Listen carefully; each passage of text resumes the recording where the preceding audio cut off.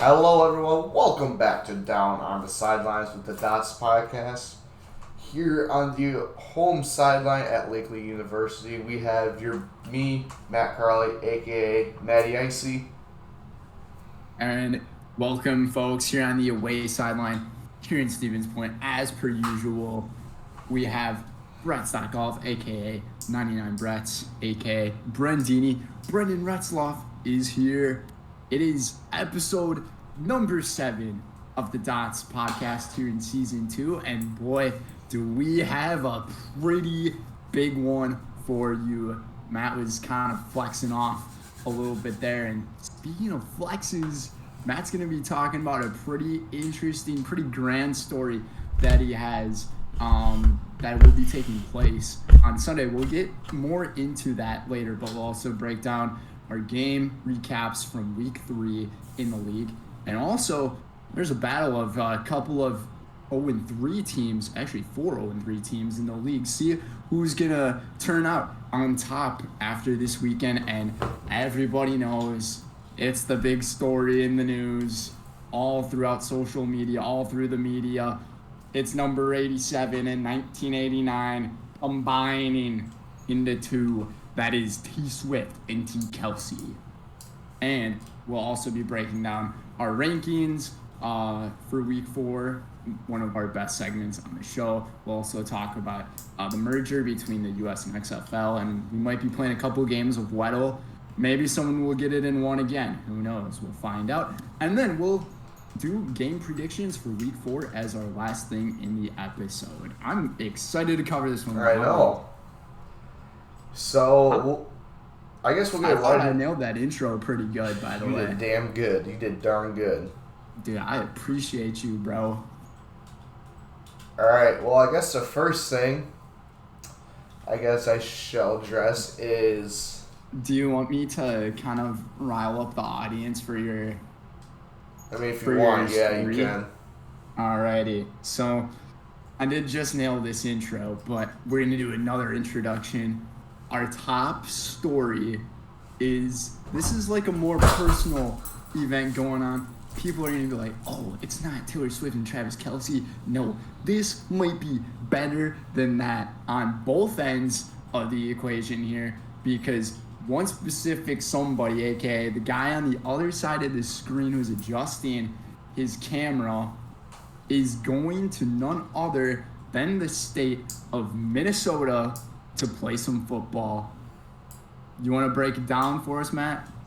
Yeah, so as Brendan said, I'm going to play in not only the state of Minnesota, not only in the city of Minneapolis, but U.S. Bank Stadium, the home of my Minnesota Vikings. And I'll be playing there at 6 p.m. on Sunday. It's kind of nice because it's like that dead zone in between like the late afternoon games and the Sunday night game. By the time we play, like when it's 7 o'clock, it'll be completely dark and we'll have the lights on in the stadium, so that's gonna be sick. But yeah, so honestly, this is called the the Southern Plains Football League, so SPFL Pigskin Classic. So we got invited. We were one of the last teams to actually be invited to the tournament. We played one game. Yeah, we actually found out after we had clinched the North Division for Sabercats. This is where I'm going to be playing with my semi-pro team. So we're going to go there. I'm actually leaving tonight. I'm going up to my buddies in Green Bay. We were watching the Packer game. We're going to get food. I still got to pack. I basically have everything laid out, but last-minute packing. And so I'm stoked because it's like the best stadium in football. And also, we're going to be playing October 1st, so we're wearing all black unis with pink. So I'm just going to be killing it with my fit. Dude, I am absolutely hyped to see what your guys' jerseys and uniforms and all of that look like. But I think one thing that like really stands out to me here is like they've already played a Super Bowl in this stadium. You're going to be playing where the Philly special happened. You're going to be playing on a field that Tom Brady got to play on. And not just that, you're going to be starting in this game. Yeah. So, for those that don't know, I'm a tight end, as I've stated many times before. So, our starting tight end unfortunately can't come because due to work issues. So, that leaves me, the only tight Bros, like, end. unfortunately, our tight end can't make it to the game, so I can get to start for this week. I'm a very humble player. I will do whatever the teams needs me to do. So, like I said, I'm mostly a special teams player, and I'm completely fine with that. I love special teams. So I am stoked. I mean, I've been waiting for this day. I thought this week was going to go by super slow, just because everything was going on. Because this is my homecoming. I'm skipping my senior year homecoming to go to this. Obviously, with everything going on with the pigskin, it's just going to be super. I was like, gosh, this is going to go slow. And next thing you know, it's Thursday. And I got to head up tonight. I was like, gosh, this actually really flew by fast. I'm gonna tell you, this year has just like gone Flown by by. extremely fast. Like, I don't understand. Like, I mean, I just got a congrats from this guy about my 6 months with my girlfriend, At and least one of us can get one. and Madeline and I were super happy together. And the fact it's already been 6 months, like, I was literally telling this to her last night. I was like, I can't believe it's already been that much time. Like, sometimes it feels like it's been like a couple of years, and then there's other points where like it feels like it's only been like a month or so. Like, you know what I'm kind of like going at, like, when it Yeah. comes to doing things, like, for you, like, you thought this week was gonna go slow, but it actually just like it just zoomed by super duper fast. But dude, I'm looking forward to seeing like all of that stuff go down. Is it gonna be broadcasted on It will anything? be You know? live streamed, yes. So it will be Okay, live well, streamed. I'm pretty sure on their Facebook page. Once Saturday hits when they have their first round of games, I will make sure of that. Um, but yeah, so we're getting up there. We're leaving at 8 a.m. So we'll probably get there at around 3 o'clock in the afternoon. do you guys get the Vikings locker room? That I No. don't think so. No, unfortunately, I don't think so. Um, Dude, I have so many questions. Should I just like fire all of them away at you? fire. Okay, so I know you're saying like unfortunately the tight end it can't like make it because of work and everything, but like, dude, I know straight up that you are a little kid. You're a little 6 year old inside, like getting ready to just like perform and play at your favorite team's stadium. And like, dude, that's like it's such a dream. You It remember is. when we ended up playing in Pee Wee football and we won the Pee Wee championship? We're like, oh my gosh, this is like a dream that this just happened. Dude, how much different does this compare to doing that? I mean, oh gosh. I mean, honestly, Obviously you haven't done it yet, but that's almost like 10 years later. Yeah, 10 years. Think about it. 10 years later, I mean, you're not a little kid anymore. Like you're basically almost a full-grown adult, and you just have this dream that you were a kid. Like obviously, everyone wants to be. Oh, I want to be a police officer. I want to be a football player. Yada yada yada. And then I'm just in awestruck, really, because I'm just over here. This thing is like I'm gonna be playing in my favorite team stadium that I want to get drafted by. Like if I want wherever go pro, I want to get drafted by the Vikings. I want to play for them. They're my favorite team. And now I may not be playing for them or drafted by them, but I'm playing on their home field. I'm just like, this is gonna be a dream come true. First time ever going to be at U.S. Bank, so it's a it is a pretty incredible thing to hear about, and I really wish I didn't have to work because I would totally be interested in going to that game. Another question that I have for you though is you're kind of telling me a little bit before we got into this. I'm starting to feel like I'm doing interviews now, which is kind of my job. But I mean, with all the people who are gonna be at U.S. Bank Stadium, you said there were gonna be a lot of spectators as well as a lot of I can't think of what the word is. A lot of Scouts. Yeah. That's the word I was So looking for. So, I'm like, what not kind of okay. I did scouts do not you think say will there be were going to there? be a lot of scouts. I did not say I that. swear you So, did. But um, yeah. So like obviously they play football 8 a.m. until 11 o'clock at night. So we were actually the second and last game in the tournament. And like I said, I just got a text that saying, "Hey, like I asked one of my buddies, like I'm really close to, like there will be scouts. Like what type of scouts? I don't know. Could be college scouts. It could be arena ball scouts. So like indoor football. Who knows? It could be the USFL, XFL, or maybe some NFL scouts. So I mean, anything's a possibility. So you just gotta go out there. You can't let that get to your head. That oh my gosh, there's scouts looking at me. You just gotta go out there and play. I'm treating it as just hey, it's just another game because that's how you gotta look at it. that's really hard to do. Like, Knowing the a bunch of like atmosphere, knowing a the bunch of people atmosphere like where you're playing at, and knowing that there's people watching you, being like evaluating your skills. There's a lot more pressure, but you gotta treat it as a regular game.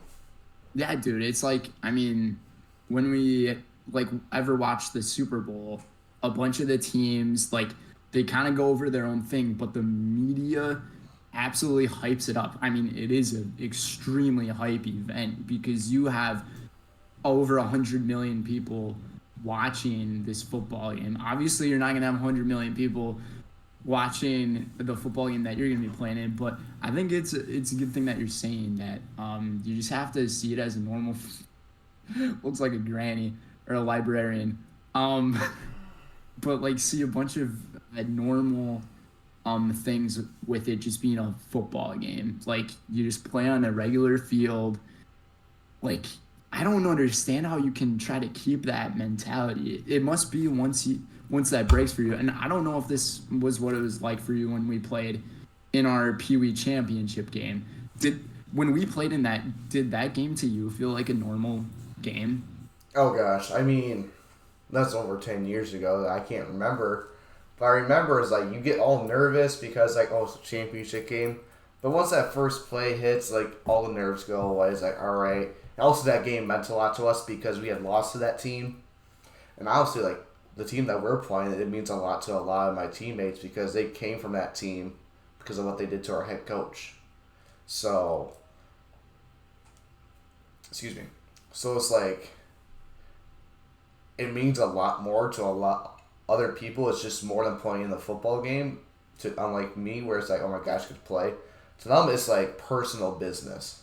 For me, I like nothing's personal. So I'm just like, oh my gosh, I get to play in my favorite stadium. That's really it. So yeah, you're kind of just taking this moment as like something to just like not take for granted and just enjoy every single moment that you got. Yeah, And that's really what you gotta do. I think that's a really good thing and a great way of looking at it because it's like, dude, you're gonna be living your dream. You're gonna be starting in this football game, and dude, however you perform, I wish you the best of luck in this football game. Appreciate And it. yeah, not a problem, dude. And I think that should bring us into our next topic, our Hey, next hey, area time to out. Should we cover. do a game prediction for my game? Oh gosh, I wouldn't even know anything about this, but for sure. All right, Sabercats by 50. Doesn't matter. Score 50? by 50. By 50. Bro, isn't this like a national tournament? Yes, we're also like ranked like 50. 12th in the nation. All right, I'll pick the Sabercats by 28. Sounds good. So I'll go what's this? I'll pick let's see if I can do math in my head pretty good.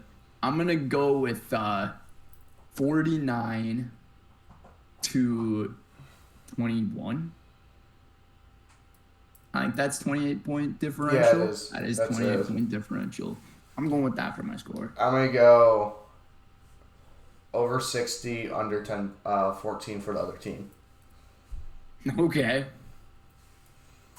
She seems like you guys seem a little bit high on yourselves. Don't get too cocky now. Oh, we ain't cocky. It's personal business.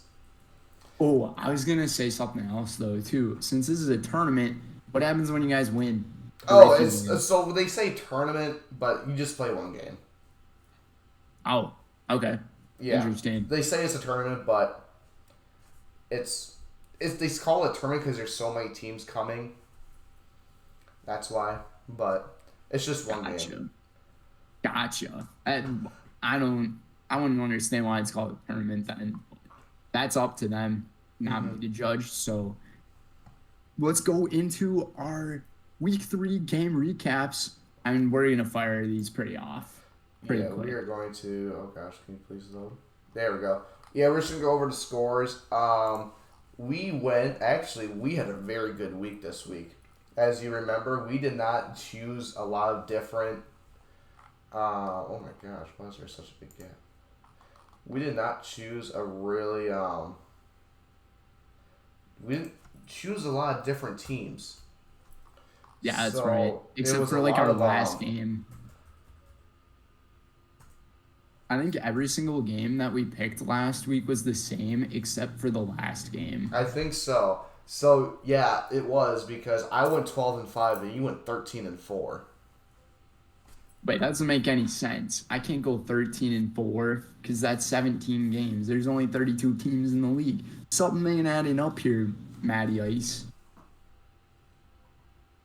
Oh. You're 13. You went 13-4 and I went 12-5. That's impossible. There's only 16 games. Oh.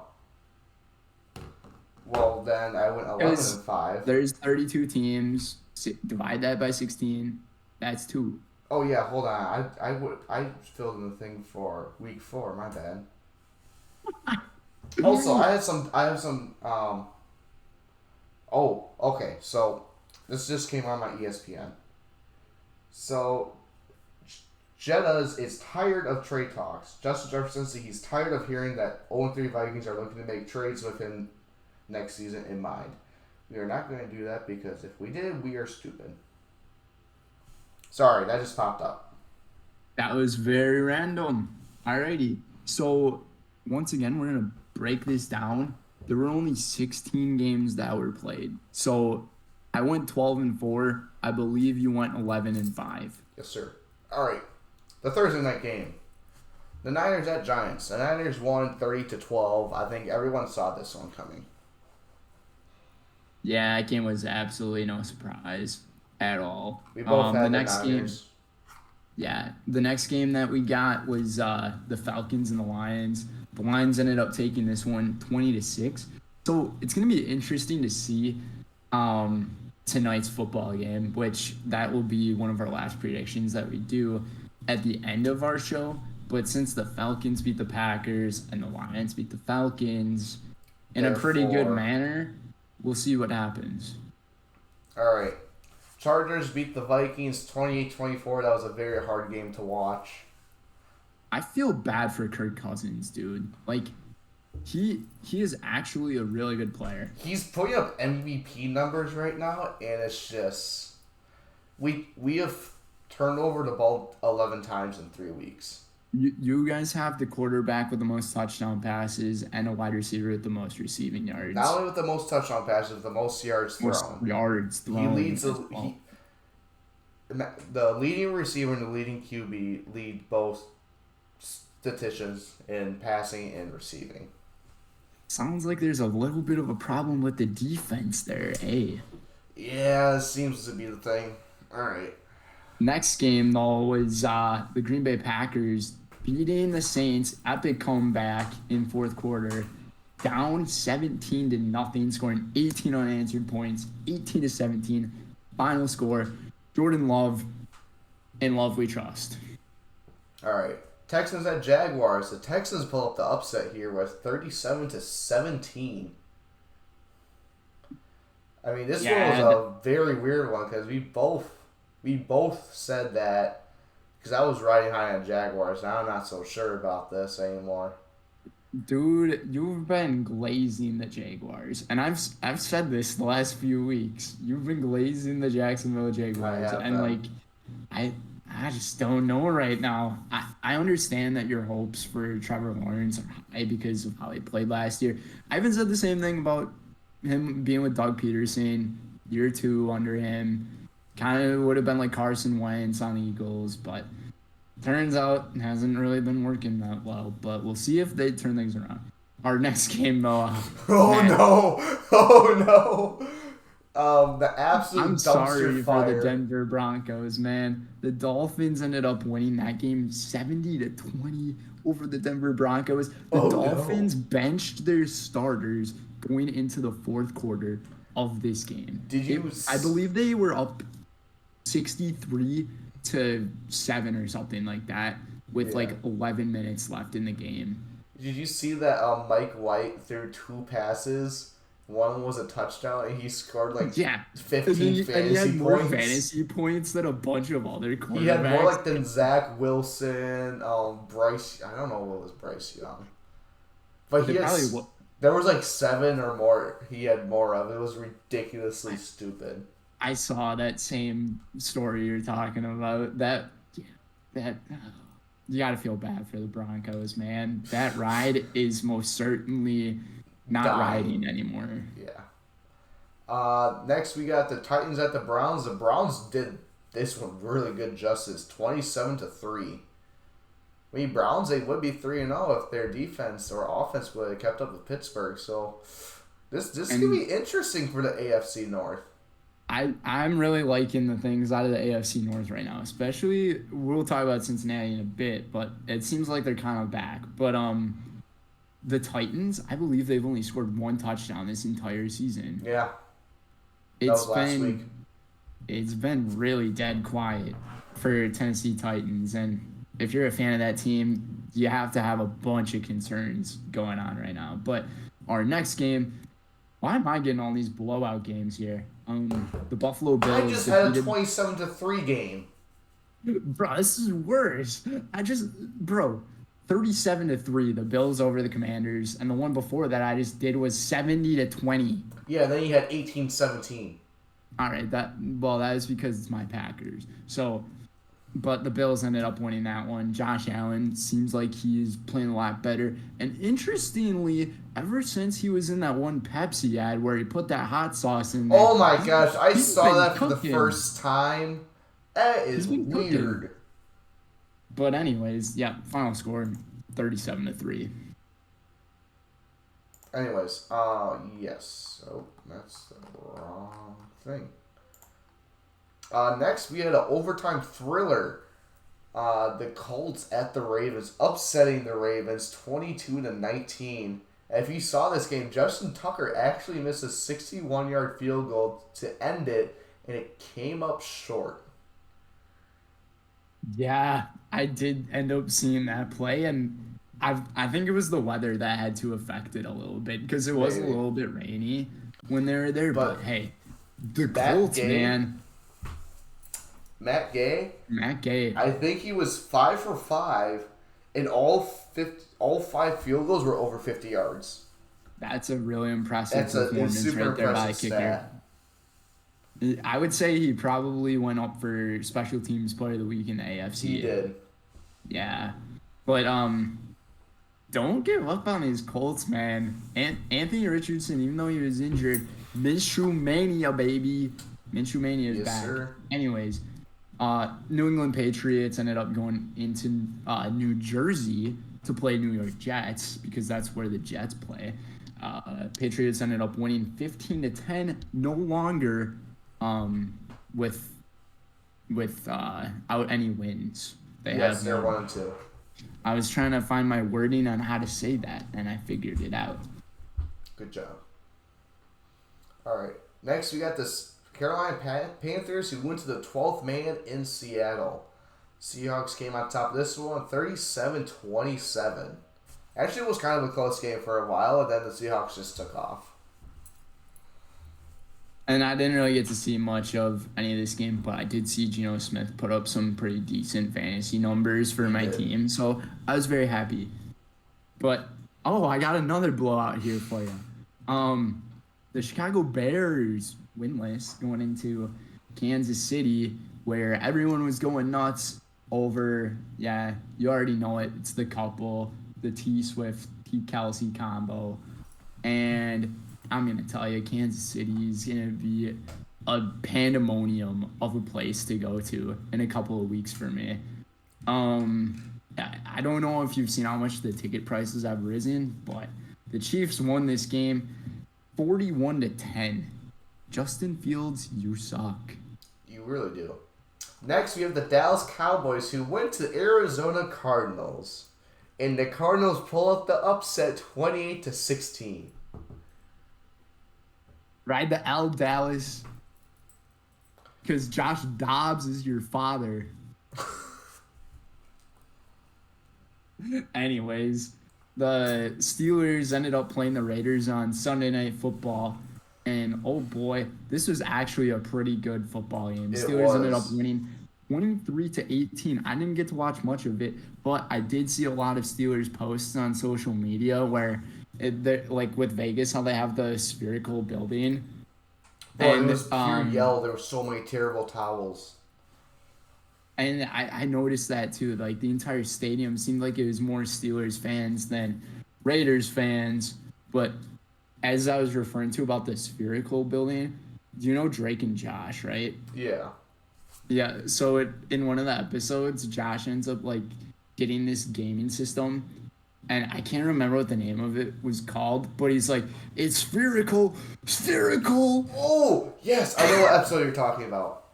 And the Steelers social media ended up posting something like that, but it was just like the Steelers logo on the building saying like that they won the game, and then it's like it's spherical. But yeah, Steelers won that game by 5. All right. In our first Monday night game, we had the Eagles who went to Tampa Bay, and the Eagles remain undefeated, beating the unbeaten Tampa Bay Buccaneers, who now fall to 2-1, 25-11. I didn't really watch much of that game. Yeah, I watched more of the other game, and I was also working, so I wasn't able to watch too much of the first Monday night game. But the second Monday night game, as we were talking about, the Cincinnati Bengals home back in the concrete jungle up against the LA Rams, ended up winning this one 19-16 over Los Angeles. It seemed like Joe Burrow in that second half was finally starting to get a good hold of things. Did you see what they said? That he, like, obviously his cap, they might put on an IR for 4 weeks. I was seeing a few things because they just signed that. AJ McCarron from the St. Louis Battlehawks and Trevor Siemian. It seems like Simeon might be that guy if Burrow goes to the IR, but in his post-game interview, he never said anything about like his calf bothering him a little bit, but like you could tell he was in a little bit of discomfort. But I would tell you, Jamar Chase and him played well. T. Higgins also had a good game. This was a quality win for the Bengals to finally not be winless anymore. All right, that goes with our game recaps. But now there's only there's 4 teams that have not won. The Broncos, the Bears, the Vikings, and the Panthers. All right, one of those teams could practically beat any team, and the other 3 are just straight booty. So, I know you're talking about the Vikings. That could be any other team. Because they've been in all close games. They're own 3 and 1 score games, where last year it was the opposite way around, where they would be 3-0. But they all play each other this week. So at the end of this week, 2 teams are going to have 1 win, and the other team are going to drop to 0-4. And honestly, we know Minnesota is probably the best. I like to say the best 0-3 team out there, because I don't think we should be 0-3. We should be 2-1. If there's anybody who says there's a better 0-3 team than the Minnesota Vikings, you should just quit your job and like never speak again. Agreed. Sorry, that might have been a little harsh, but I think you understand the point. I get what you're saying. So it'll be interesting to see what's going on, especially the game for Caleb Williams. I think that's going to be the main factor here because I think those are the two worst teams in football. And it's super unfortunate to say that because I'm going to be going to Kansas City Thursday night when they play against the Broncos. And I really need Denver to play well. Otherwise, Ben and I's trip might turn into an absolute flop. It might. But I think we'll go over the predictions later. But, I mean, I don't really have too many other thoughts on this. I got a lot of confidence in the Vikings being able to recover and being one of those teams that could possibly make it back into the postseason after starting 0-3, which I'm not sure how many teams have ever done that. I think the Lions almost did it last year. They were pretty darn close. Mm-hmm. They're kind of deserving of it, to be honest. But yeah. Anything else you got to add there? Nope. The Vikings are the best 0-3 team. That is very fair and valid. But on to our next piece of news. Matt, I'm positive you're super excited about this one after seeing how excited you were last week to what my reaction was. I wish we could play a clip back from our last episode to listen to what my biggest surprise was after the first 2 weeks of the NFL season. And we will find that later. But Taylor Swift and Travis Kelce are the couple of the year. I don't really have much else to say about it. I mean, the entire story, people saw it for themselves. I'm sure literally every single person on this planet Earth has already heard the news about this couple being together. The combination of I wear number 87, you're 89. Both of their birthdays in 1989. He's the 13th boyfriend of T Swift. I might have been listening to a little bit of T Swift lately. And Travis Kelce and Jason Kelce's podcast, they were doing a little bit of teasing about it in their show, which was pretty fun to listen to. But yeah, Taylor Swift was at the football game between the Chiefs and the Bears, and I'm saying that's a horrible football game to go to for your first game to watch your boyfriend playing. Let's be fair. He did get a touchdown. T Swift did drop the LFG. She did. I saw in the that game right next to Mama Kelce, and there's been a lot of speculation too of a certain shot of Travis Kelce looking up in a direction, and he kind of like smiles. Do you think he's smiling at Taylor Swift? I've heard a lot of breakdowns on this because like the angle he was at was like, no, the sweets are not in that direction. But it could have been the video board, right? Probably was. I know what clip you're talking about, but I don't think he was looking at T Swift. But then once the football game was over too, there was other news about a bunch of fans waiting outside of the suites. So bad. So Taylor Swift had to enter inside of like this popcorn box, like this metal box or whatever. I'm pretty sure that's how they take her onto the stage or something too for her tour that she's on. I'm learning a lot of this stuff from Madeline. So, and as well as a few other friends that I have who are Swifties, but she's obsessed with her. Yeah. She wants me to bring a sign. I'm actually going to look at my text messages here. She wants me to bring a sign to the game in a couple of weeks and say something about like shouting her out. And I found it extremely funny. And then she ended up like posting it on her story. But I will find this. We send each other a lot of texts. Okay. It says, I'll show you guys on the screen here. If it will focus on it. Here we go. 87. 87. My girlfriend wants you. Your girlfriend's 22. Is that supposed to say hot in Miami on 10? Or is that supposed to be hat? It says hat. She wants the 22 hat. I don't really know anything about the 22 hat. Neither do I. She told me it's a black hat, even though it's from the red era. I really need to stop talking because I know a little too much about all of this going on. You might lose your man card. To be honest with you, I think a lot of people may already have, and I think people are just accepting of it. But after the game, so after all that, the shenanigans and whatever, Taylor and Travis were spotted in Travis's nice car, and he called it the getaway car. Matt, what are your thoughts on that one? They're dating. I mean, they're taking it slow. I think also I want to say something because Travis Kelce's jersey sale has gone up by 400% since they've officially dated, and they've also got like 24.3 million views during that one game, which was an absolute blowout. So yeah, it's good for marketing.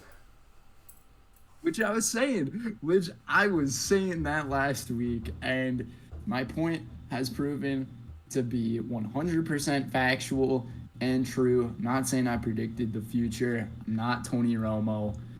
But yeah, they're a couple. They are happily together.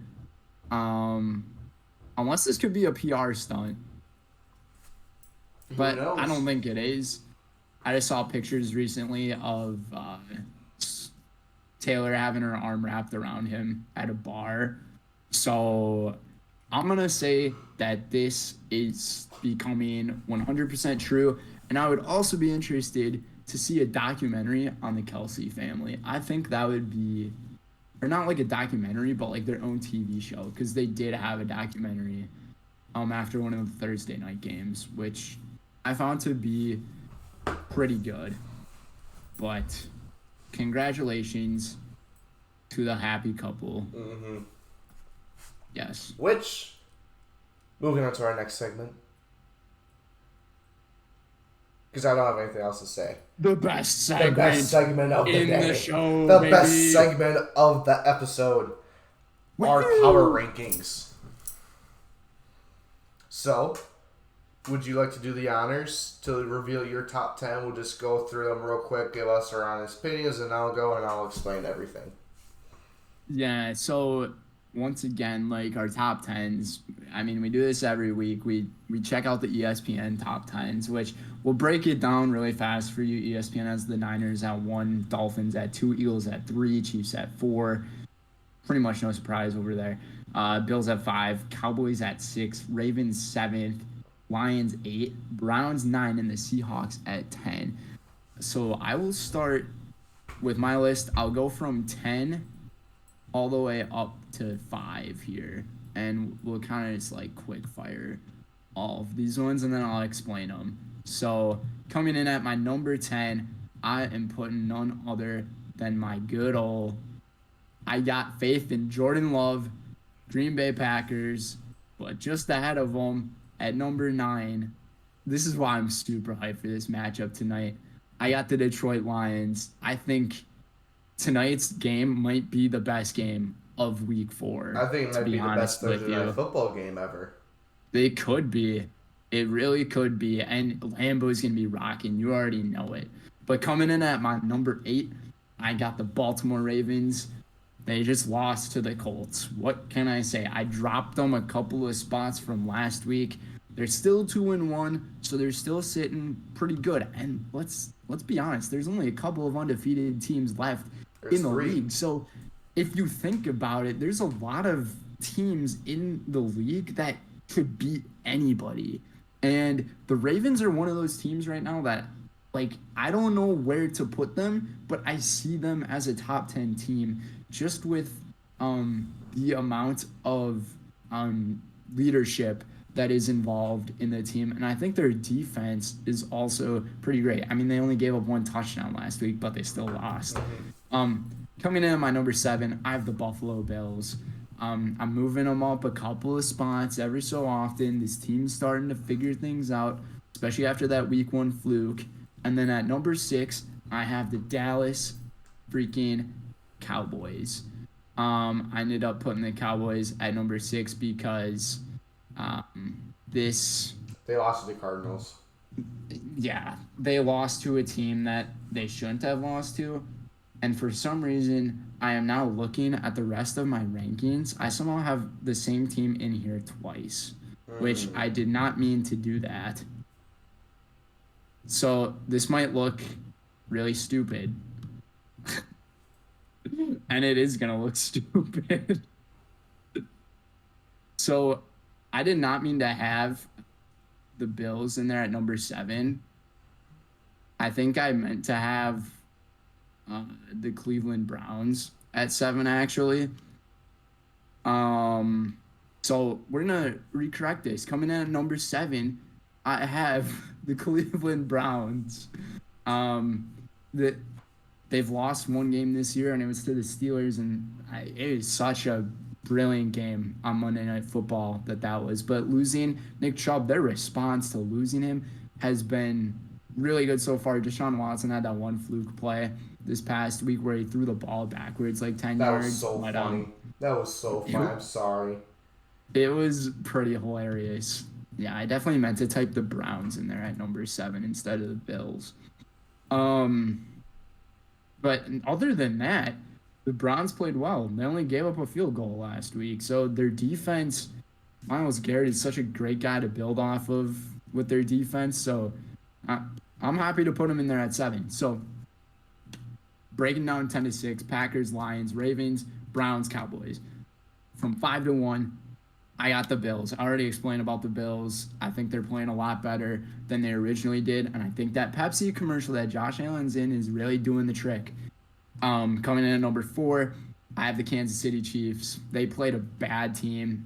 There's no reason for me to move them up any further. And just all the hype around this team now, too.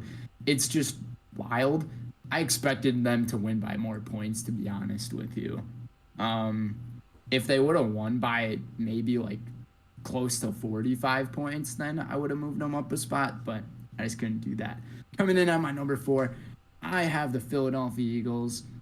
I think the Eagles are just an overall really solid team. Not as good as they were last year, but once again, they really have that identity built into them. Run the ball until the defense gets tired, and then you can kind of just throw it around and use some speed that you got in the height in A.J. Brown and Devonta Smith. So I'm a big fan of this Eagles team. Not saying I'm a fan, like a true fan of their team, but especially after watching the Kelsey Brothers New Heights podcast and like being an avid watcher of it, like it's really got me to like their team a little bit more just because of Jason. But coming in at my number 2, 2-1. I was back and forth on this one, okay? So both of these teams seem like they are just perfectly built. And if they were to play each other now, this would be one of the best games to ever watch, in my opinion. Like it is almost to the same level as the Rams and the Chiefs back in, was that 2019? 2018. Or 2018? 2018. Jared Goff and Patrick Mahomes going at it, and then the defenses of the Chiefs and the Rams, like this would be like that game. I can tell you that right now. Brock Purdy, I'm so happy for this guy. Like the fact that he is undefeated in regular season starts is just an outstanding thing. And that he was drafted, was it in the 7th round? Mr. Irrelevant, yes. Mr. Irrelevant, just he's popping off for him. And Kyle Shanahan, you have to give him so much credit for how this 49ers team is playing. I put them in at 2. They seem super duper complete. You got Deebo Samuel. You got Christian McCaffrey, the guy who was the number 1 well last week. And there's so many pieces on this 49ers team that would make me want to put them at 1. But there is just a team that is better than them slightly, and it's the Miami Dolphins. So ESPN, I don't know what you're thinking about putting the 49ers at 1 because the Dolphins just put up a 70 piece and they dropped their starters going into the 4th quarter. If they're playing their starters going in the 4th quarter, they are breaking NFL records, and It's just like, yes, they played a bad team, but once again, they just absolutely dominated them. They decimated them. It was just a performance unlike any other. Tyreek Hill, he is honestly on MVP watch. I am not even kidding. Watch out for this guy because he's got speed. He is the cheetah. And the only thing that might be stopping him is Peely from Fortnite. So, and no one's Peely from Fortnite on this list. So I got Miami in at number 1. That's my top 10. All right. Seems like you were laughing a little bit at that. Yeah, because I know Peely because he streams. So I will do my top 10. So at number 10, we got the Green Bay Packers. Obviously, they came back from 17-18. Brennan, you basically explained it. They're a good team. Can't say much else. Another thing I want to say, too, is the Packers were missing 5 of their top 6 players into that game. So you can say if Derek Carr played, the Packers would have lost, but there's that. So at 9, I got the Seahawks. They are 2-1. I think they finally deserve their recognition. Obviously, when he loses big to the Rams, but they've been bouncing back. 8, I got my Jacksonville Jaguars. I am still hyped up on them, but I think they're going to turn it around. That's why I put them at 8 because I still think, even though they're not one of the best teams there, I still think they're 2-1 actually. The Jaguars? Yeah, they are 2-1. They're 1-2. Never mind. You have a 1-2 team in your top 10, dude. That is so ballsy.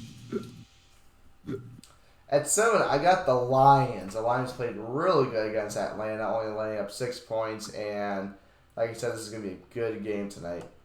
6, I got the Cowboys. You lost to the Cardinals. There's nothing else I should say. I'm surprised we didn't drop them any further. Oh, I wanted to, but I realized that the teams that were at the top 10, I was like, well, they're better than these teams, so I couldn't. At 5, I got the Bills. They're starting to figure stuff out. They had 31 fantasy points, and so they really had... their defense and special teams, yep. Yeah, they were amazing. At 4, I got the Eagles. I mean... Who they play? They play the Bucks. They won by 15, I think. I think is what I said. I know they won by 2 touchdowns. So 14. Play 14. Like I said, they're not the same Eagles. At 3, I got the Chiefs. Chiefs won 41-10 against the Bears. T. Swift rained that magic on them. Obviously, I have to put the Chiefs over the Eagles because the Chiefs still beat them in the Super Bowl. He's going to enchant them every single week. Yes. Number 2, I do not want to put a hyperlink to that. Number 2, I have the Miami Dolphins, which leaves my number 1 with the San Francisco's 49ers, which is why I was shaking my head. Even though the Dolphins put up 70 on them, you still got to realize it's the Broncos. They are the worst team in football. Yes, it's still impressive when you put your backups in. But for me, it's coming down to, like, okay, if the Niners and the Dolphins would play right now, the Niners would win. It is, dude, it's one of those matchups that would go back and forth. I'll be completely honest with you, but it's the fact that the Dolphins put up 70. I will say this. I wouldn't be lying. I would be lying if I say I wasn't teetering back and forth because they did put up 70 points. But at the same time, I got to think realistically here. If these two teams would play right now, the Niners would be the better team. And it's not just that they... Well, these top... Oh, no, Chiefs lost. So, your top 3 teams actually are all undefeated. Yeah.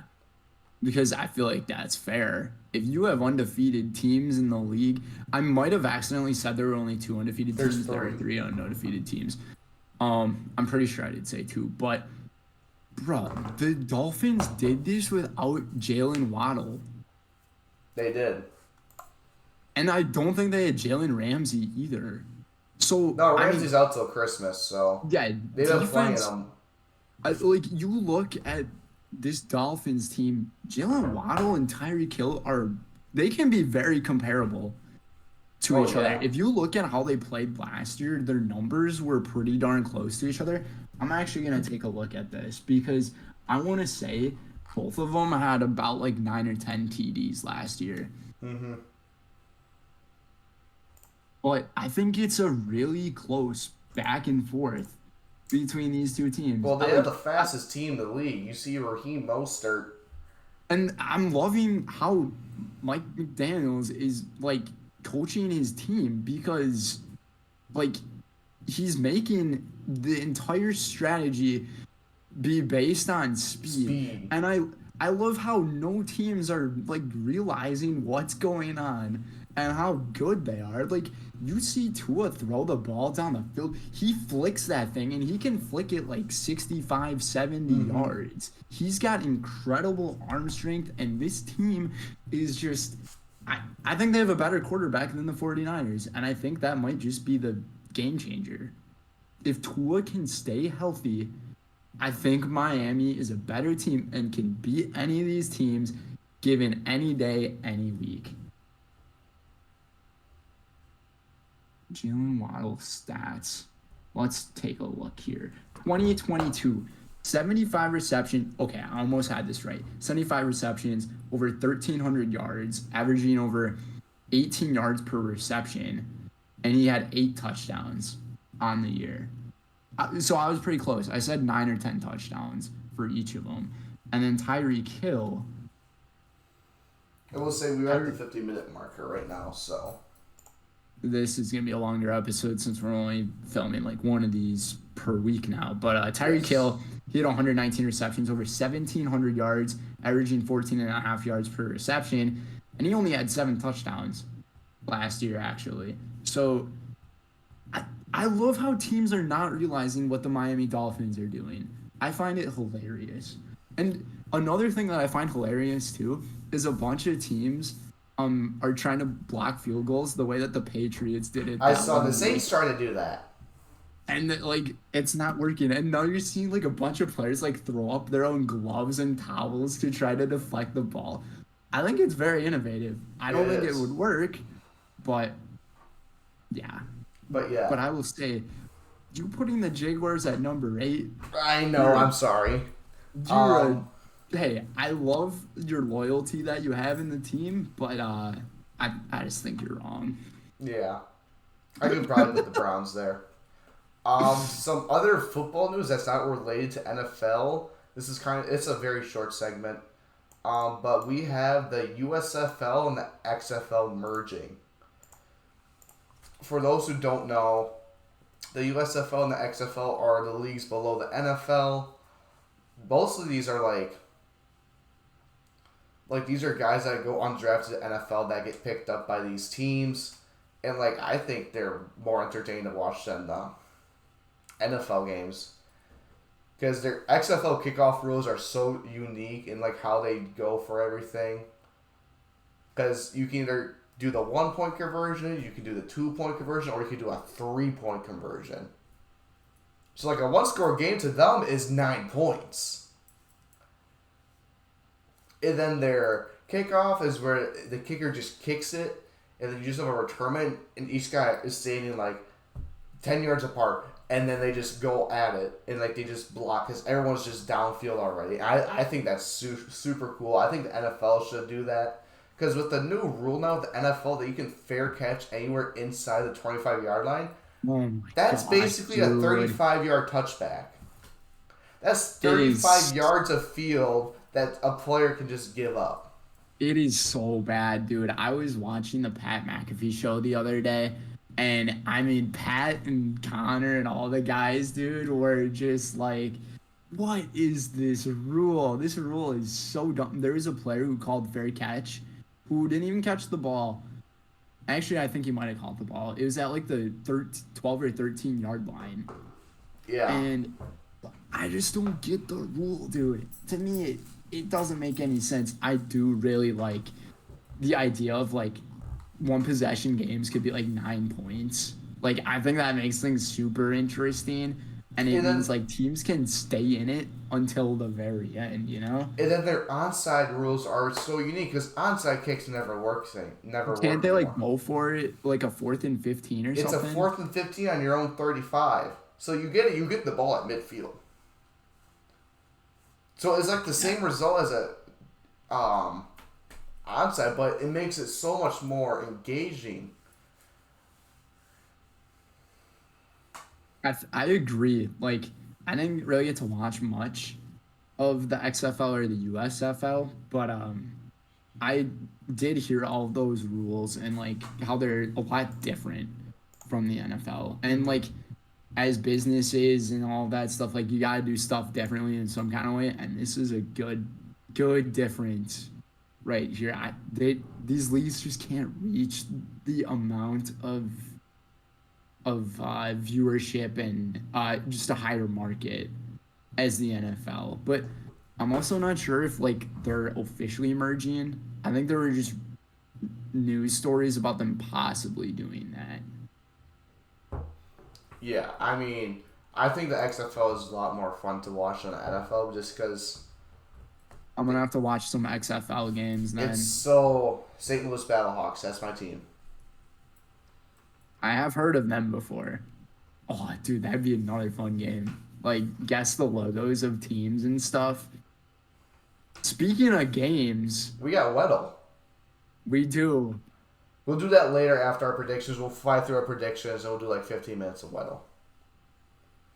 So, enough about the USFL and XFL. Now it's time for our game predictions. So, first game that we have, Brendan, if you want to do the honors of just typing them up. Yeah, I got you. I'm so on the double screen audience don't anyways. just see my hands. Hold on. But the first game that we have, we're going to do the Thursday night game last year. But he's looking like Librarian again. Librarian Maddie. But the first game, it's a London game. Interesting thing about this game is this will also be broadcasted in a completely different form. And you'll hear this first, animation style. Disney is partnering with the NFL to make a Toy Story game. So it's going to look like all of the animations and simulations of the plays happening in toy form, where you get to see all the Toy Story guys like Buzz and Woody, even though it makes zero sense because how Toy Story 4 ended.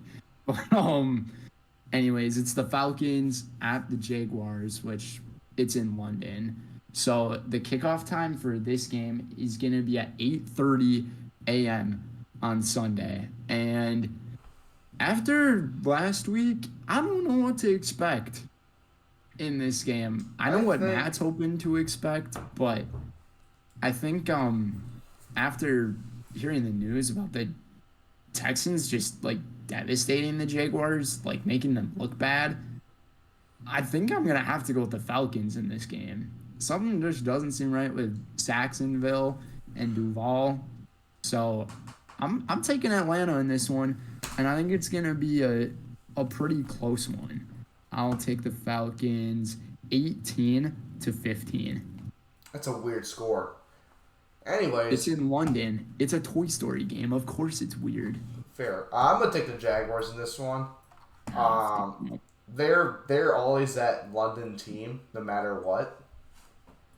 So I'm going to go with the Jaguars. I'm actually going to go 28-23. On to our next game. It's the battle of the 0-3s, and I'm positive we're both going to pick the same team here. It's the Panthers. Vikings going into, what's their stadium called? Is it like U.S.? What's it called? They're going into North Carolina, though, to take on the Carolina Panthers. We'll just say that. It's like TIA Bank Field or something like that. It's something bank. But I'm going to take the Vikings in this one. I mean, Kirk Cousins, he's one of the best quarterbacks in the league, to be honest with you. And the Vikings just need to get their defense together, which I think they will. And they're going to easily handle the Carolina Panthers, who just throw dump passes every time with Bryce Young. So I'll go 31-10 Vikings. All right. I'm going to take the Vikings as well. I mean, I'll be rooting for my guy, Adam Thielen. Vikings are going to lose, Matt. No one asked for your opinion. I could hear that. I know. I mean, they don't really just got to worry about Thielen, really. He's a slot guy.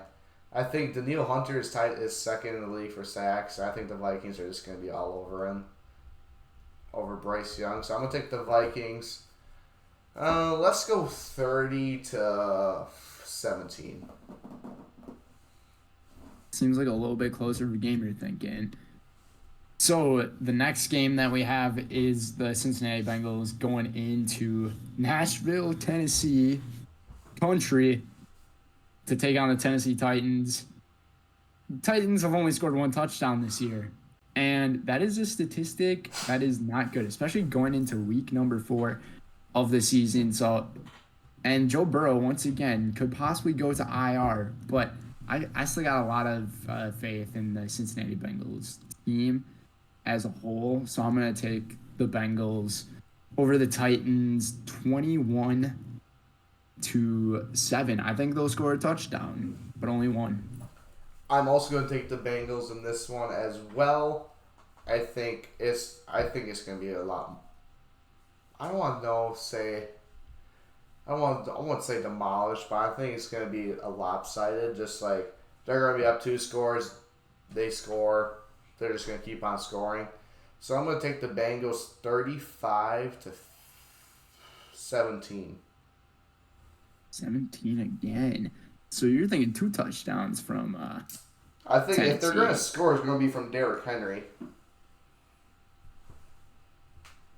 Yeah, that's definitely a fair idea. You know, he had a whopping right 11 there. yards last week. Yeah, he has been an absolute bust so far this year. I'm glad I didn't draft him in fantasy football. Anyways, the next game we have on the slot for Sunday is the Tampa Bay Buccaneers going into New Orleans to take on the Saints, who are without Derek Carr.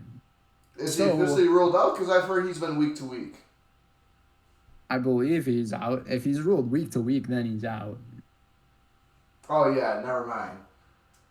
So, after seeing how Jameis Winston performed against a pretty darn good Packers defense, Rashawn Gary was just all over him. Tampa Bay, something just seems good about Tampa Bay to take in this game. Even though Tampa Bay is known to struggle against the Saints, but that was when they had Tom Brady. This is going to be different. I'm going to take the Buccaneers in this one, and I think they'll get some business done, and they'll win 24-17.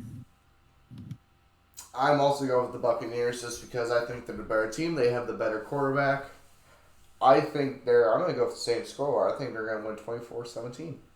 Imagine if the final score is 24-17. Then we both get that extra kudos. The next game, though, this could be one of the best games of the week as well. It is the Miami Dolphins heading up to Orchard Park to take on the Buffalo Bills.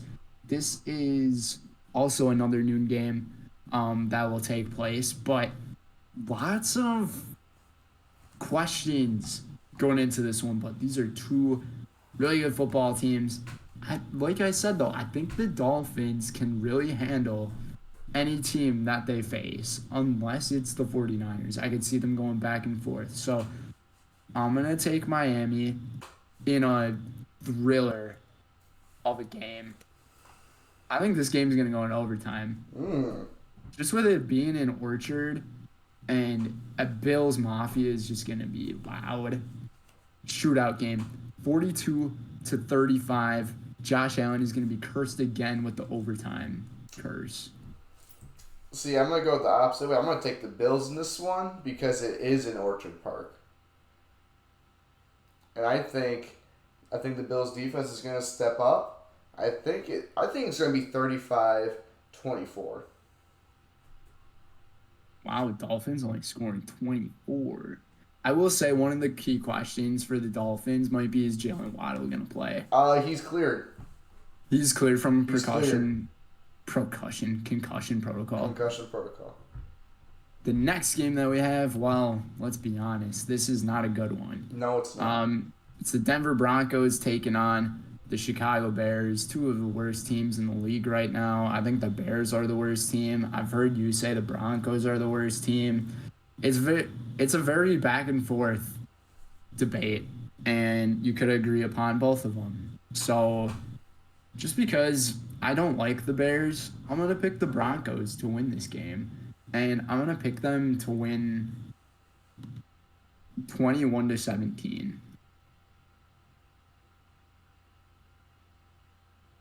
This game would be so fitting if Justin Fields threw a pick six to Patrick Surtain.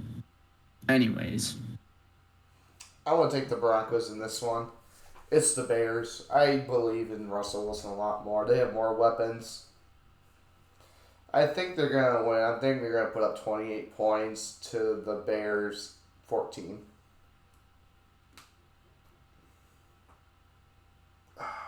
Next game that we got under the docket is the Washington Commanders heading into Philadelphia to take on the Eagles. Both teams, or actually the Commanders are 2-1. The Eagles 3-0. So Eagles are riding a pretty good streak right now, and Jalen Hurts has also got an insane record in the regular season as well. I think he only has one loss under his career. His 21 last starts. 20-1, I believe. Yeah. So, I mean, just with that statistic, you have to go with the better half, I would assume. But, I mean, any team can win in the NFL, I think. But I think the Eagles are going to be a fair pick in this one. I'll take them 31-10. I'm as well going to go with the Eagles with this one. We are already at 1 hour and 6 minutes. I'm going to go with the Eagles as well. I mean, they're just a better team. Sam Howell threw 4 interceptions last week. So I'm going to say Eagles 38-14. Our next game that we have here is the Pittsburgh Steelers against the Houston Texans, and this should actually be a very defensive game, I would think. Obviously the steel curtain is going to come out to play, but the Texans coming off of a pretty great win against Matt's Jacksonville Jaguars. So I can't see the Texans evening up their record, and I think the Steelers just have much better and more complete team with them. But this is going into Houston, so I feel like this could be a back and forth one. But I just don't know if I can see the Texans going 2-2. But I'm gonna take this game as my so-called upset of the week, even though it's at home. I'm gonna take the Texans to win this one, 21-14. Nope, David Bakhtiari is on IR. Yeah, Packers need to get rid of him. It's your pick. Oh no. Anyways, that's other information. I'm taking the Steelers in this one. The Steelers defense is just gonna annihilate everyone. Give me the Steelers 28-17. We're finally having games where we get a bunch of different picks, which is good. So the next matchup we have is the Vegas Raiders against the LA Chargers. It's going to be interesting to see what crowd has more of going into this game, because both crowds for these teams are very minimal. But the Chargers barely escaped last week after almost handing the Vikings their first win of the season after stupid play calls. The Chargers better make some better play calls, because if they don't, they're going to lose this game. And I still have a bunch of faith in Justin Herbert, Austin Eckler. They did just lose Mike Williams for the entire season, though, to an ACL. But that still leads Keenan Allen, who's always been their top guy. I'm going to take the Chargers in this one over the Raiders, and I will go 24-21. Chargers like to play in close games. They do. Here's the thing. Both of these home teams aren't very good. So it's like, this could possibly be a home game for the Raiders, essentially. But J.C. Jackson, I don't think is playing. So I don't think he is. No, I like the Raiders in this one. I'm going to take the Raiders in this one. The and Raiders. I'm actually going to go 28-20. The Raiders.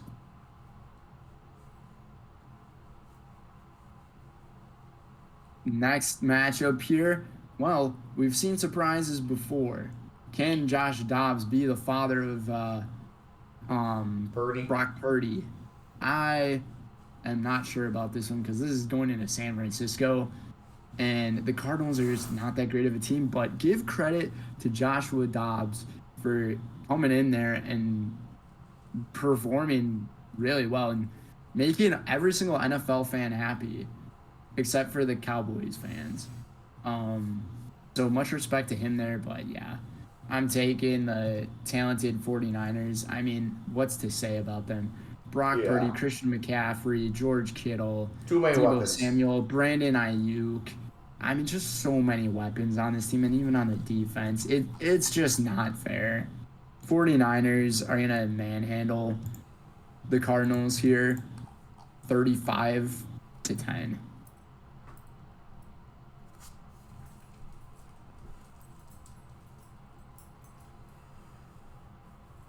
I'm going to take the 49ers as well in this one. I mean, there's nothing else really much to say. I'm going to take them 38-14.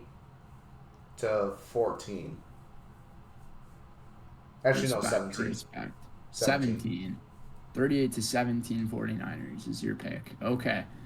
On to our next matchup in the 325 slot is going to be the Patriots going into Dallas. And I think this is going to be a really great football game, actually.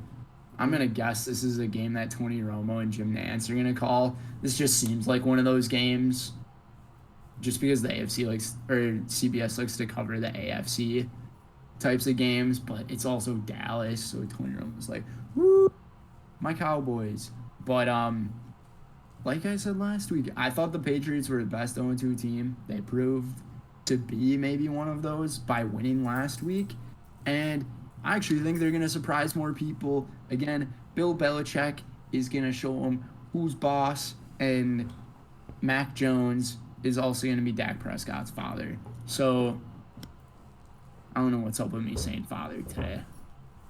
But I'm taking the Patriots in this one, 27-24. Okay. I'm actually going to go with the Cowboys on this one. It's in Jerry's world. Yeah, Zeke's homecoming. I just trust the Cowboys a lot more. I think they're just going to bounce back after Arizona.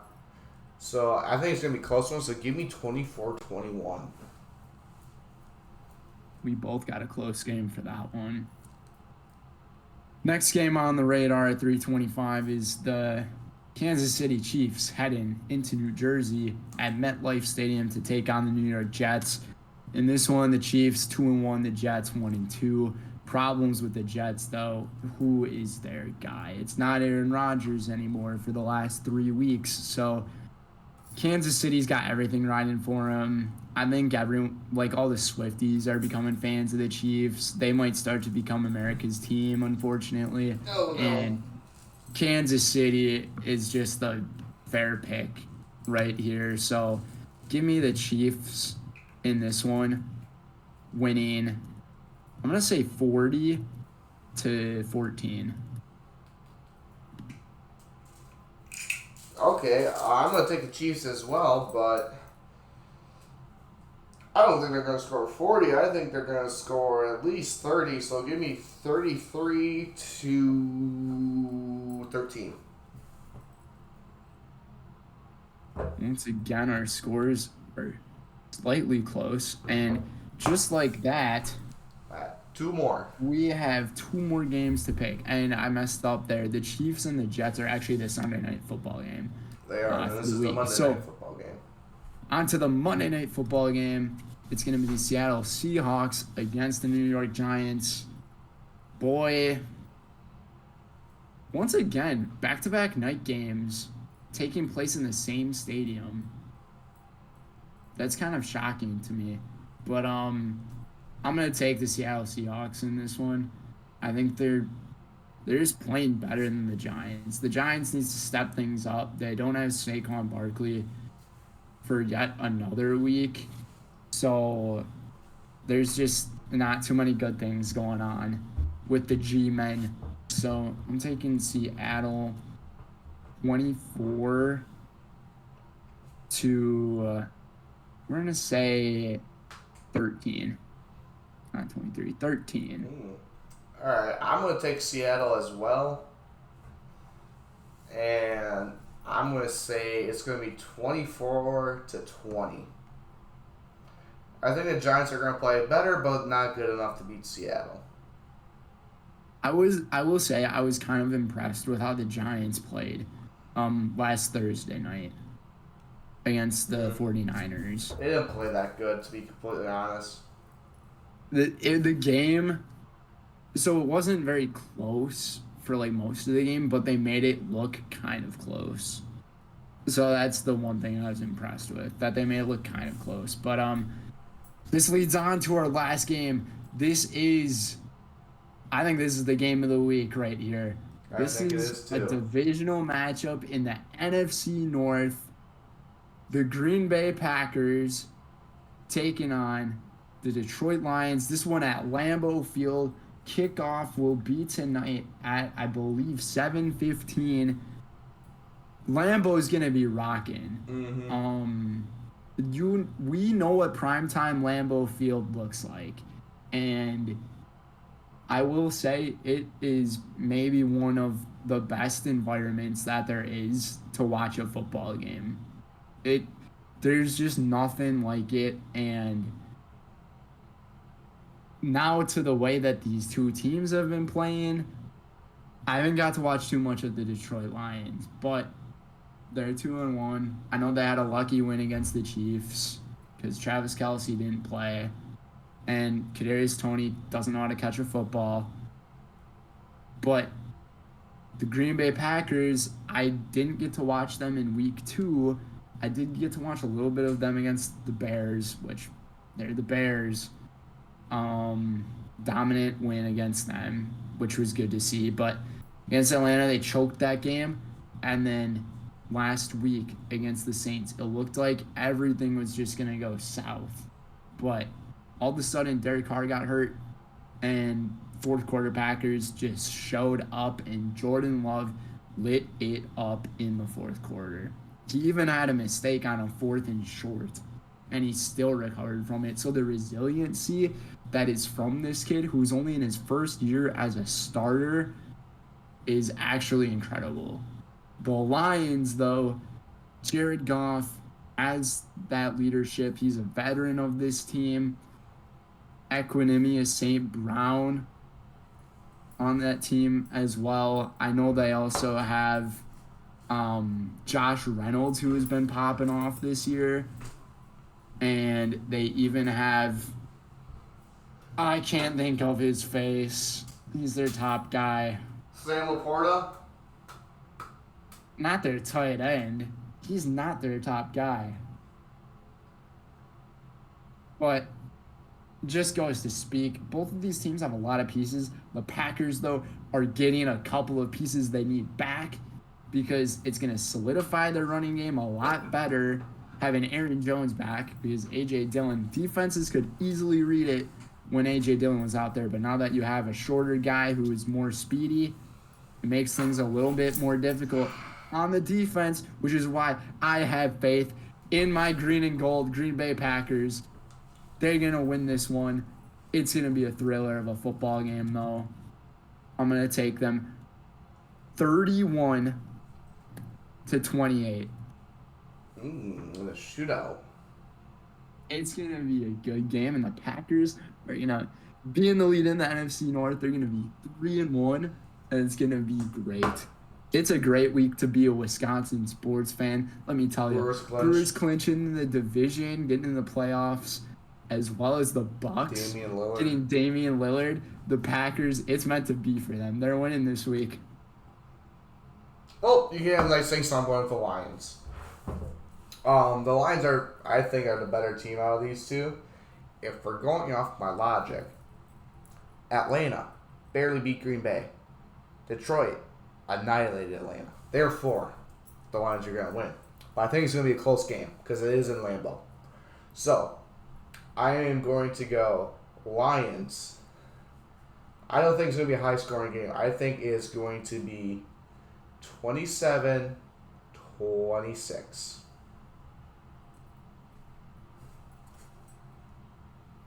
That is a close game. Wow.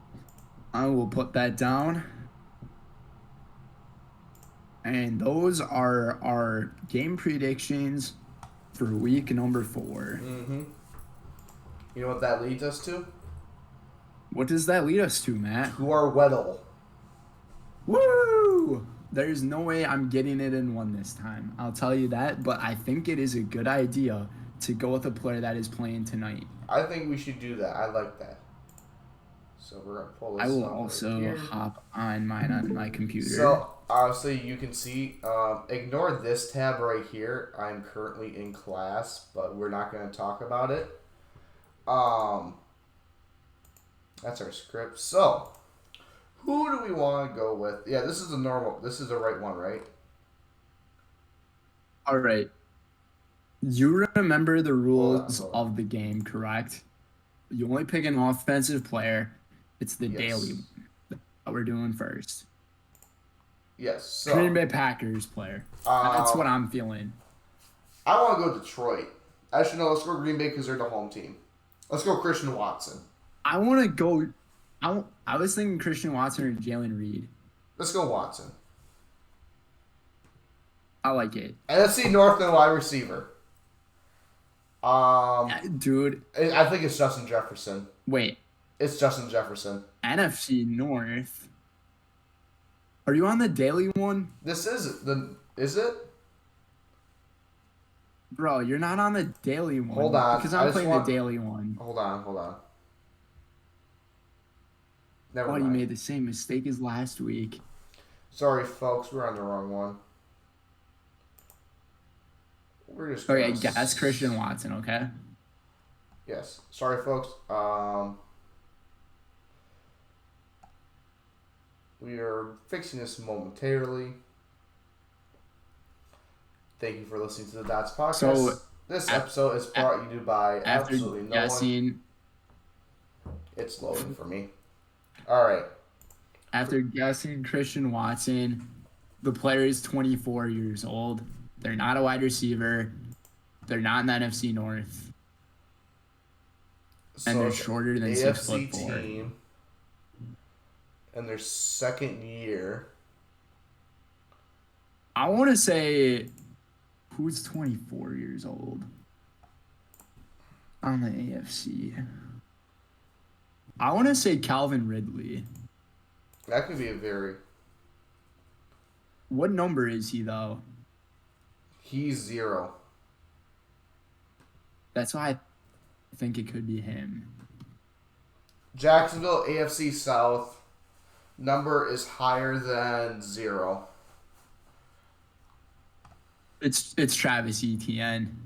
Or is it Trevor Lawrence? No, it's Travis Etienne. Etienne? It's Travis Etienne. It's Travis Etienne. Look at that. In 3 guesses, we got it. Bruh, I've only played 2 games of Weddle on this laptop. It's so funny because my average guess statistic is 1.5. That's insane. All right, let's do some more. Okay, now we can do some unlimited ones. Unlimited.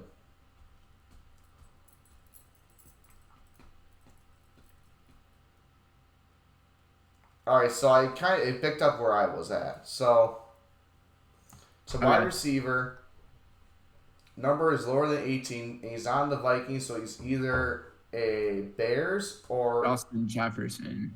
oh, Oh, it not just Vikings. never mind. It cleared. Never mind. Let's go with Sam Laporta because Wait, I thought you said it cleared. it did. Oh gosh, why is this being difficult? All right, so he's in the NFC. He is shorter than 6'3".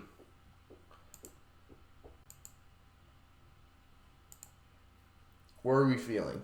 Oh, a wide receiver. No, what happened?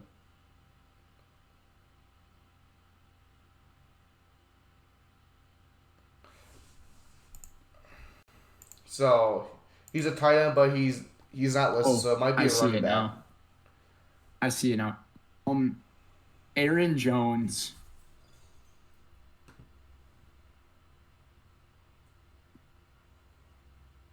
I just saw him, dude. Ooh, All right, so he's not. it's a wide receiver. Well, he wasn't an Or he NFC could be a North, so quarterback. he must be a receiver or a QB. It could be a quarterback, Matt. I just said it could be a QB. How old's Kirk Cousins? I think he's 32. How old's Kirk I Cousins? think he's 32. Kirk Cousins. Kirk will Kirk change. Cousins. No. He's 35? Yeah, he's as old as Russell Wilson. Okay, you gotta realize he's not in the NFC North, so this means it's a wide receiver. Well, I thought you were saying he was in the NFC North. No, he's not. Yellow I was means that tripping. you're in the right division, but you're not in the right conference round division. I wasn't able to see it because it kept pausing, but okay. Not in there. It's a wide receiver then. NFC wide receiver. A Ooh, good NFC wide receiver. I'm gonna go who Adam would Thielen. be, Adam Thielen. bro, yeah, go with it. Go with it, sure. That is a pretty darn good guess right there. So I was like, well, I know he's a receiver. He's like below us. Like, listen, like I knew he was younger than Cousins. It's like he's gotta be a receiver. He's gotta be shorter. I was like, I think it might be Adam Thielen. All right, one more. One more, and then we'll end the episode off. Someone from tonight's game. Let's go with the Lions player this time. Let's go for Monra. Monter St. Brown. All right. So he's in the AFC. Short. Oh, he's a short dude. What do you mean he's short? He's under 6 foot. That's not short. Average height in the NFL is probably like 5'11".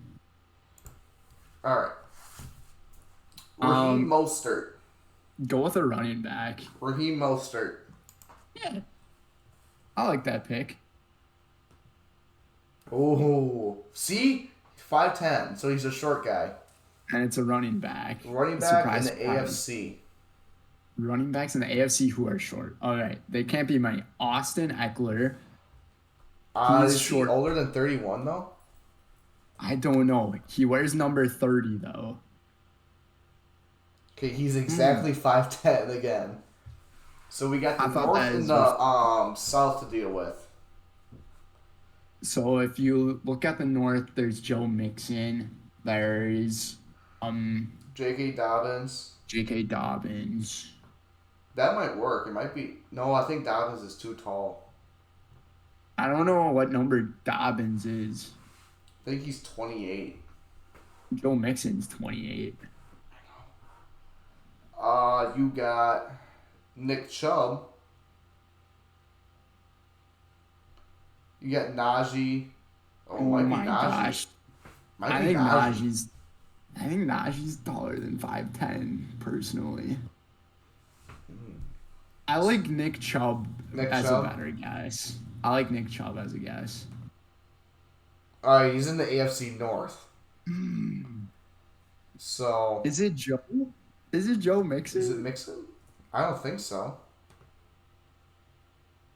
Is it Najee? Is it Najee? I think it's Najee.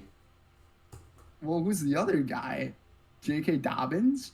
It's J.K. Dobbins, dude. Wait. Wait, is this our last guess? No, it's not. No, we got two more. J.K. Dobbins.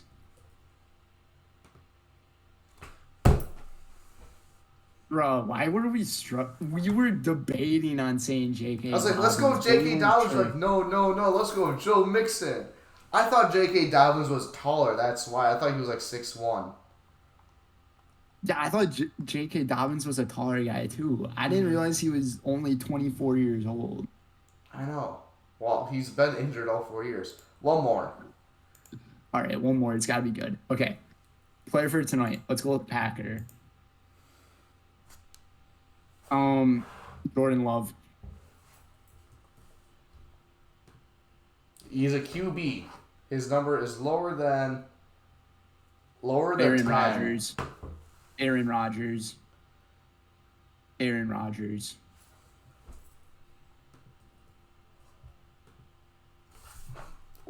Why did we go with Aaron Rodgers to start with? Dude, we're stupid because we always go with Aaron Rodgers. What are we doing? One more. Are you guessing Aaron Rodgers? No, we're not. They're not gonna have him back to back. You never know.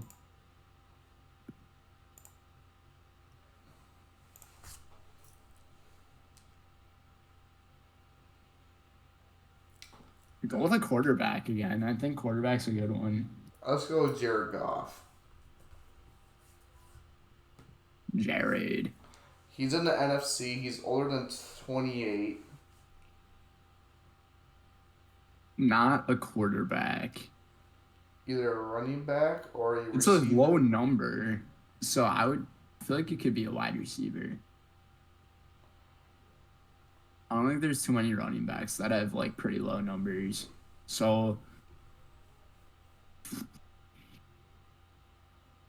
this is an old guy, dude. He is. Sheesh. I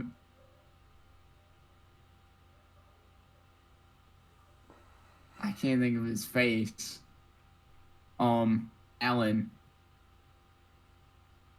Keenan Allen. Oh, Keenan Allen. There you go. He's an old guy. Keenan Allen's an older dude.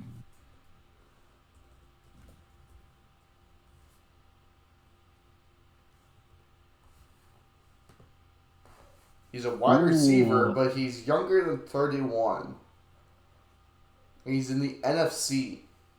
Why did I guess Keenan Allen since the NFC was already highlighted yellow? That is my bad. His number is below 13. Who's an older Is wide it DJ receiver? Moore? Is he over 28 years old? I think so. He's been in the league for a while.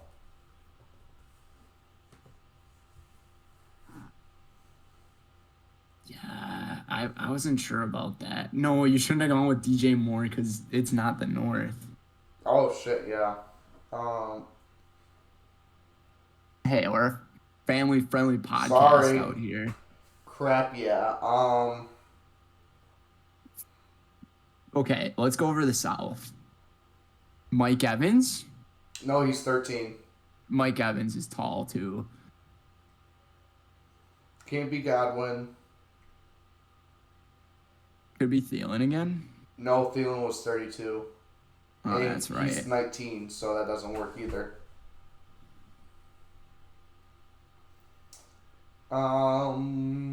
The Falcons, they're all young wide receivers. Drake London. He's young, dude. He is. Mac It's not the Hollins. South. It's not the South. It's then. definitely because Vulcan's tight wide receiver room is like the tallest in the NFL, so they're not. It's not the Vulcans. Is Slant Boy? How old Slant Boy? Michael Thomas. That could work, actually. But he's 13, so that's not going to work. Oh, crud. It's not Chris Olave. Okay, I don't think it's from the South then. It could be DJ Chark. What number is Chark? I want to say he's 2 or... shoot.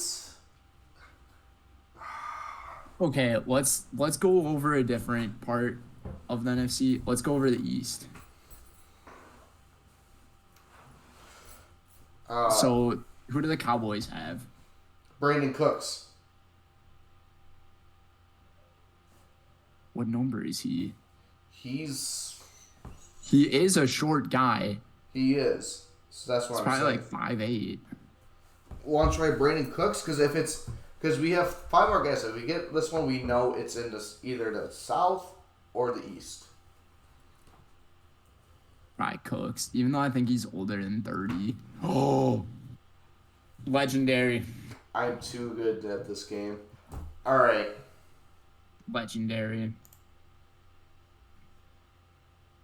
Well, are there any final thoughts and words left in this episode of the podcast that you have, Matt? I don't think so.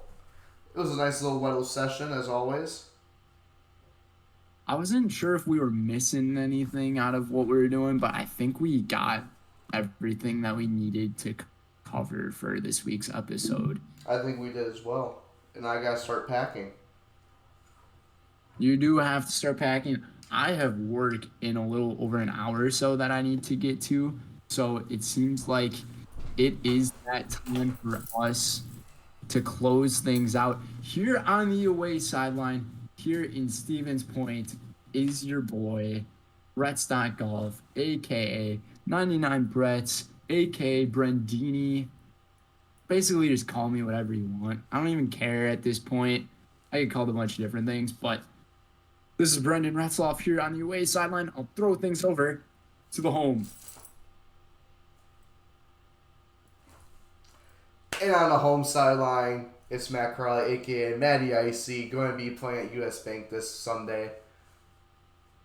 Z-Money made an What up, appearance Z-Money? on the pod. We're just ending things.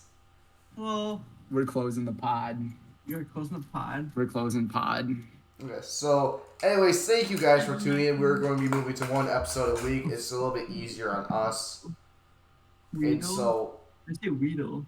You mean Waddle? So anyway, guys, thank you so much for coming and watching this and listening to our podcast. Weedle's And we will let you guys know. We guys will see you in the next episode next week. I will say this before you close here. Good luck in your football game that you're playing on Sunday. Absolute kudos to you. Give it up for him. Go Pack Go. Okay, we're ending there.